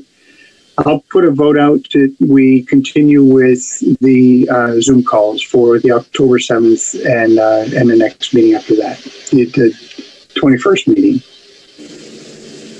If that's a motion, I'll second it. Okay. Why do we do the roll call again? You want me to do the roll call? Yeah, please go for it. Okay, Mr. Abernathy, I reluctantly approve here. I would prefer the combination, but if we can't get the visuals out for that, then I have to make a decision. We will go with the remote. thank you. Lou, I appreciate the additional comments. Honestly, if you feel like there's a better decision, if you feel like there's a better motion to make, you can vote. Feel free to vote against this. No, I understand the motion and I approve. Okay, thanks, Lou. Mr. Blackley, I'll go ahead and approve. Mr. Dixon, I would approve. Ms. Edwards, Approve. Mr. Hugh, Approve. Mr. Johnson, Approve. Mr. Lansom, Approve. Ms. Lewis, Approve.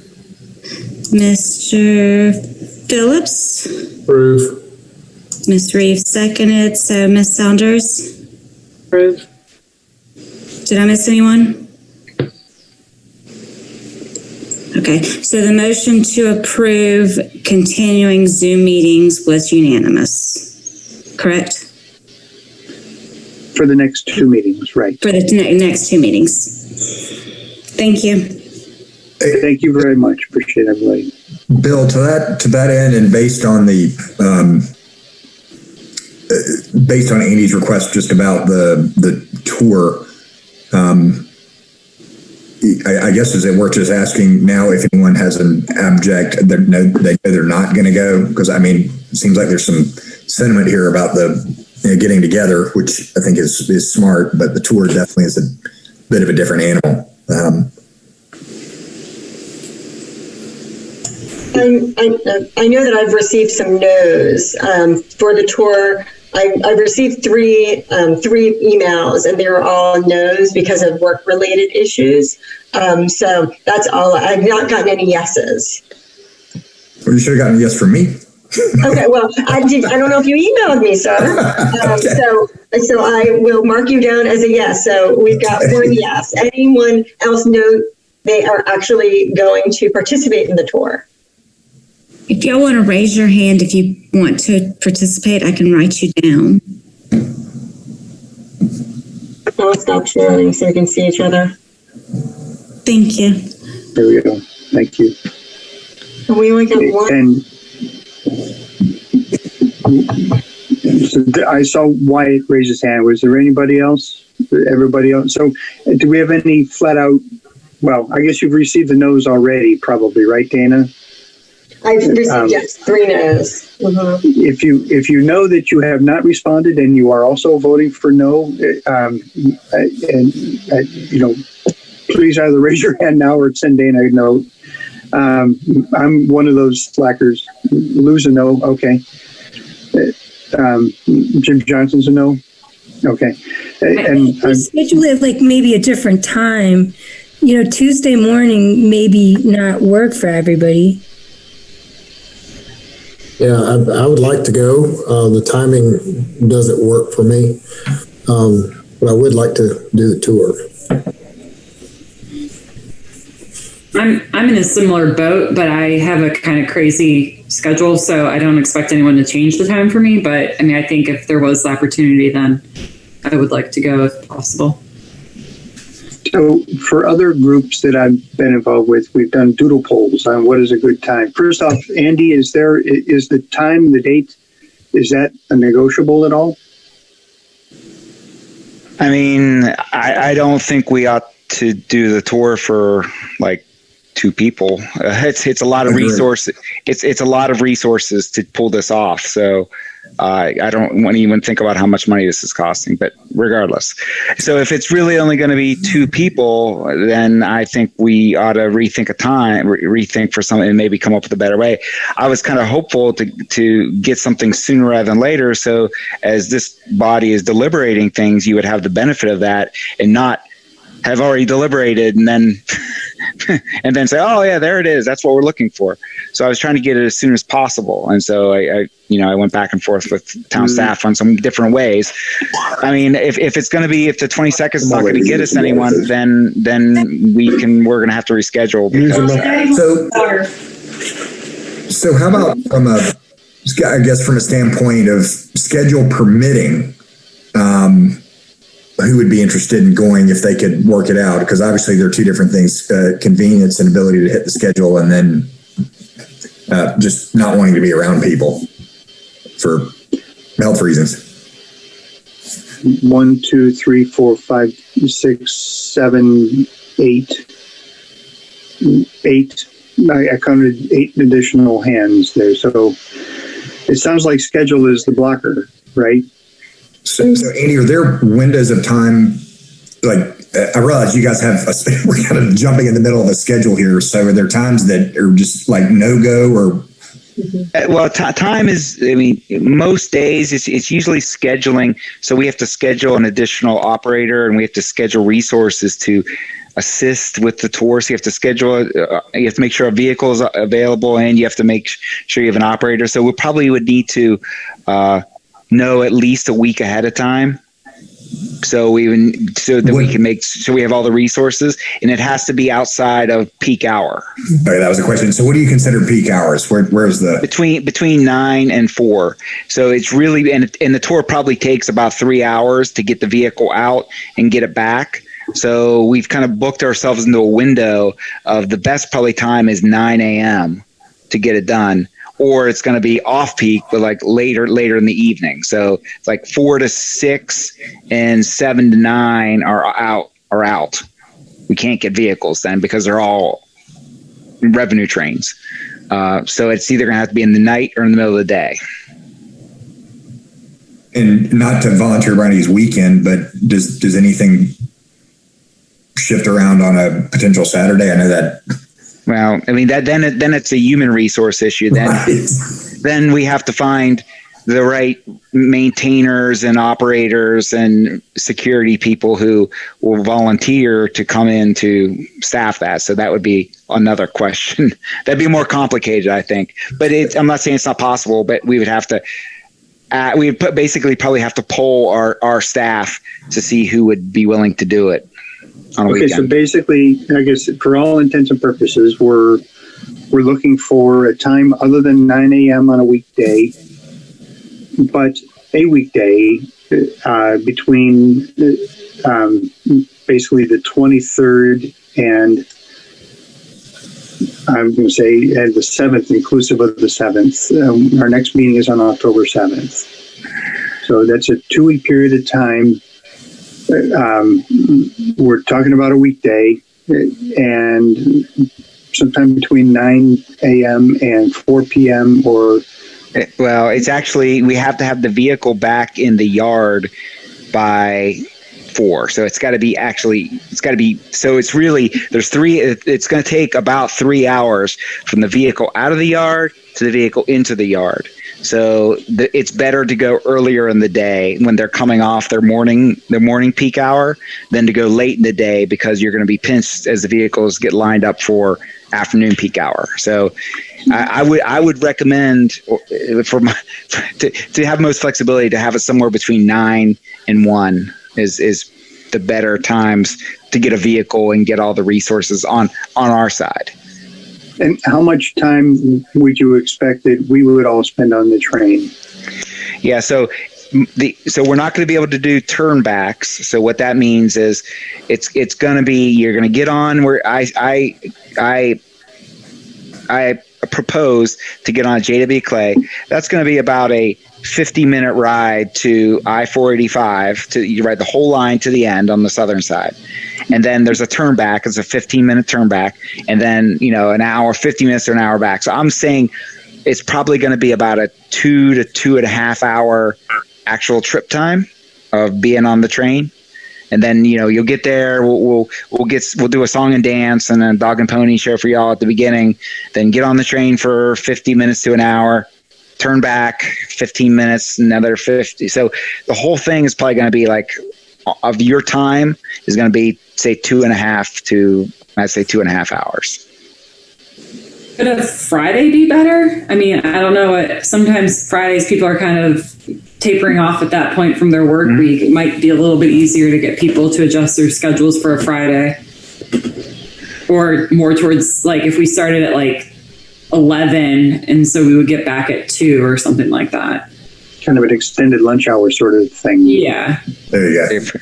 If we did 11, let me think about that. So if we did 11, that would get the vehicle back in the yard. That could work. I mean, that could get the vehicle back in the yard well in advance of the peak hour. So I thought might work. I mean, I'm going to have to run this all past the people who actually run the trains every day, and they may have a different opinion. But maybe 11 o'clock seems like it works as far as time goes. This is David. Was there a rumor that there's a series of YouTubes that we could look at that also help understand cats? Did I hear that? They're there. Okay.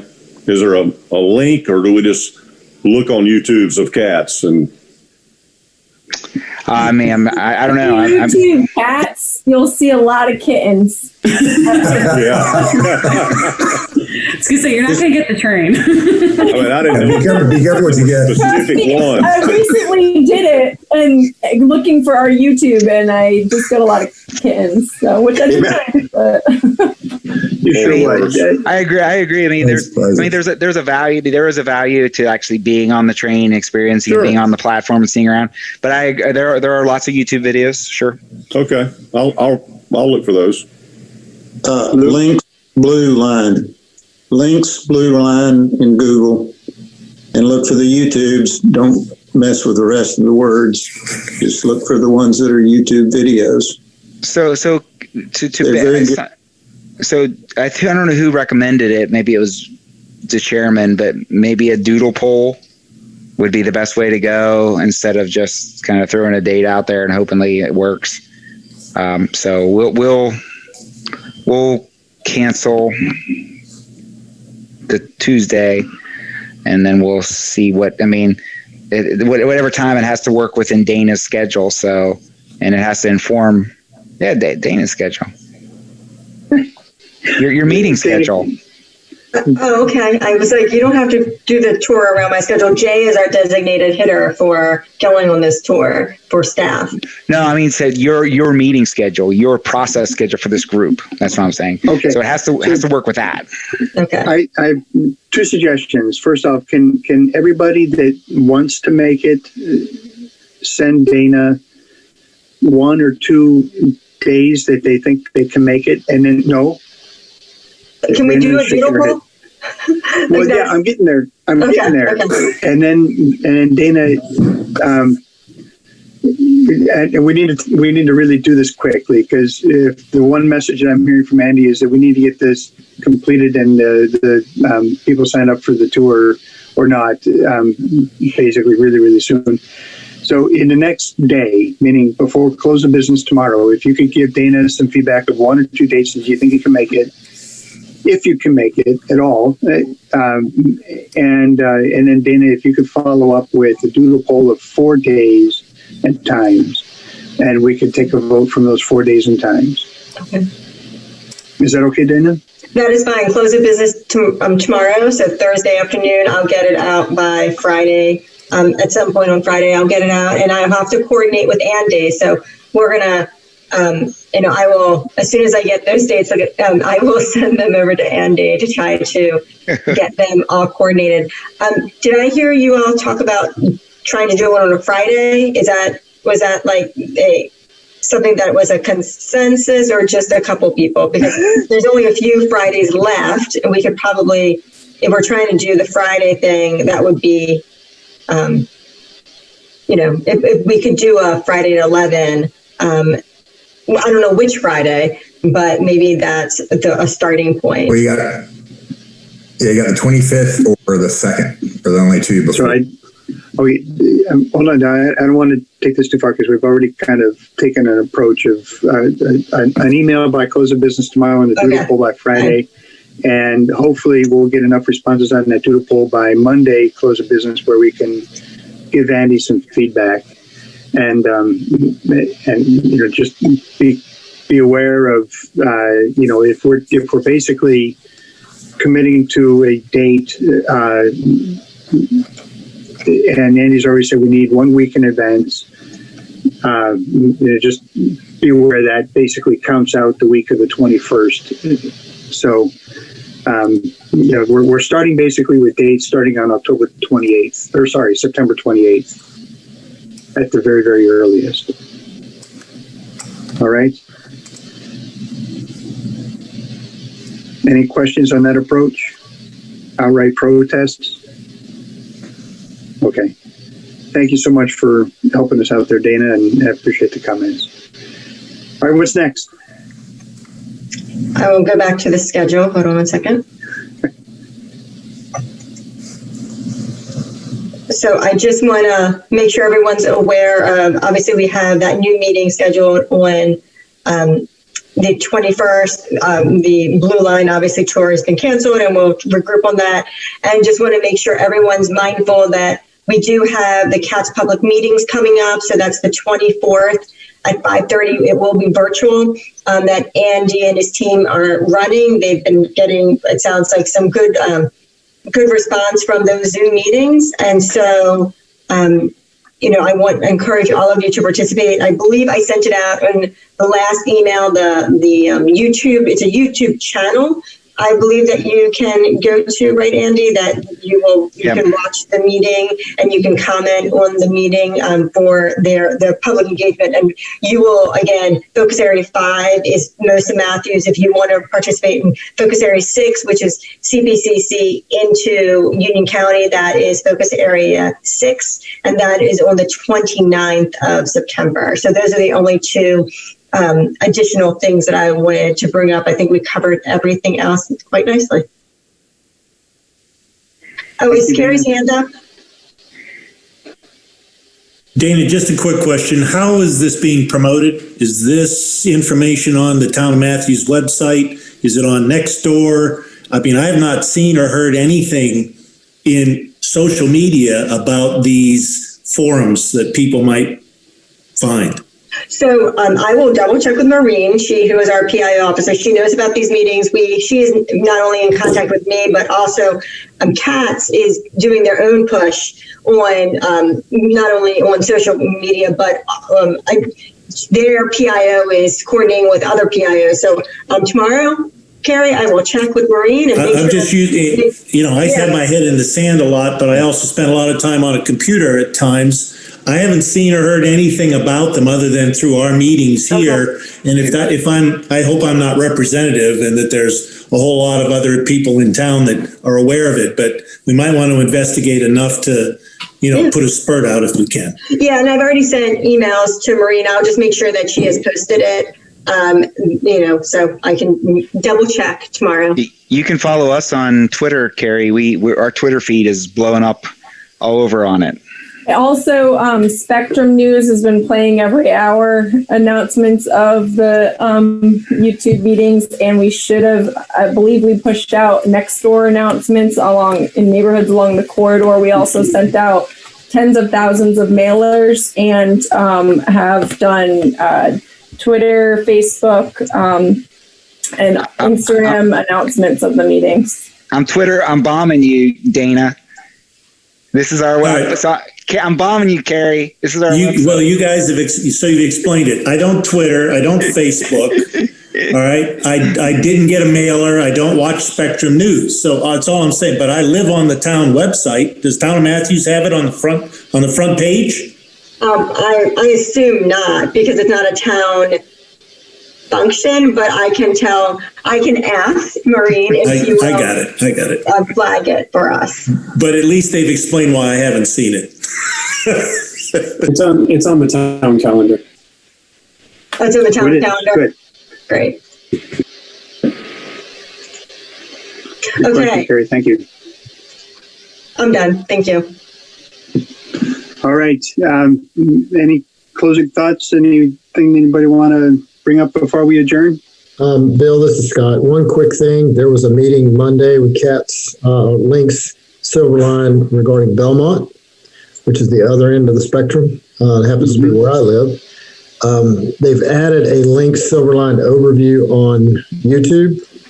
A lot of it is what we've learned through here, but there were some good bits to watch. It's a 9-minute video if anyone cares to see it. I was unable to attend the Belmont meeting, so I'm hopeful that Belmont can do as good a job as this group can as far as focusing. But there's some good PR out there on the Link Silverline in Belmont and Gaston County. Thank you, Scott. We also did record we had one tonight that was on the Wilkinson in airport area. Yep. So that was what we were calling Focus Area 2. So we've done Focus Area 1 and Focus Area 2. And those YouTube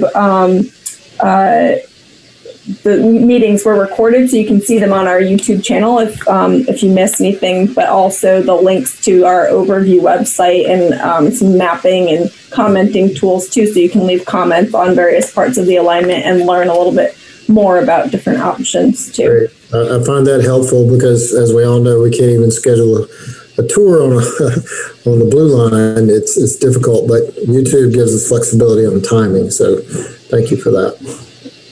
True. Thank you. Anything else? Okay, with that, I'll make a motion to adjourn. I don't know. This is something I always forget. Do we have to vote on adjourning, or do we just say we're adjourned? All right, I'm going to just say we're adjourned. Thanks everybody for your time. 9:07 p.m. and we'll talk to you again real soon.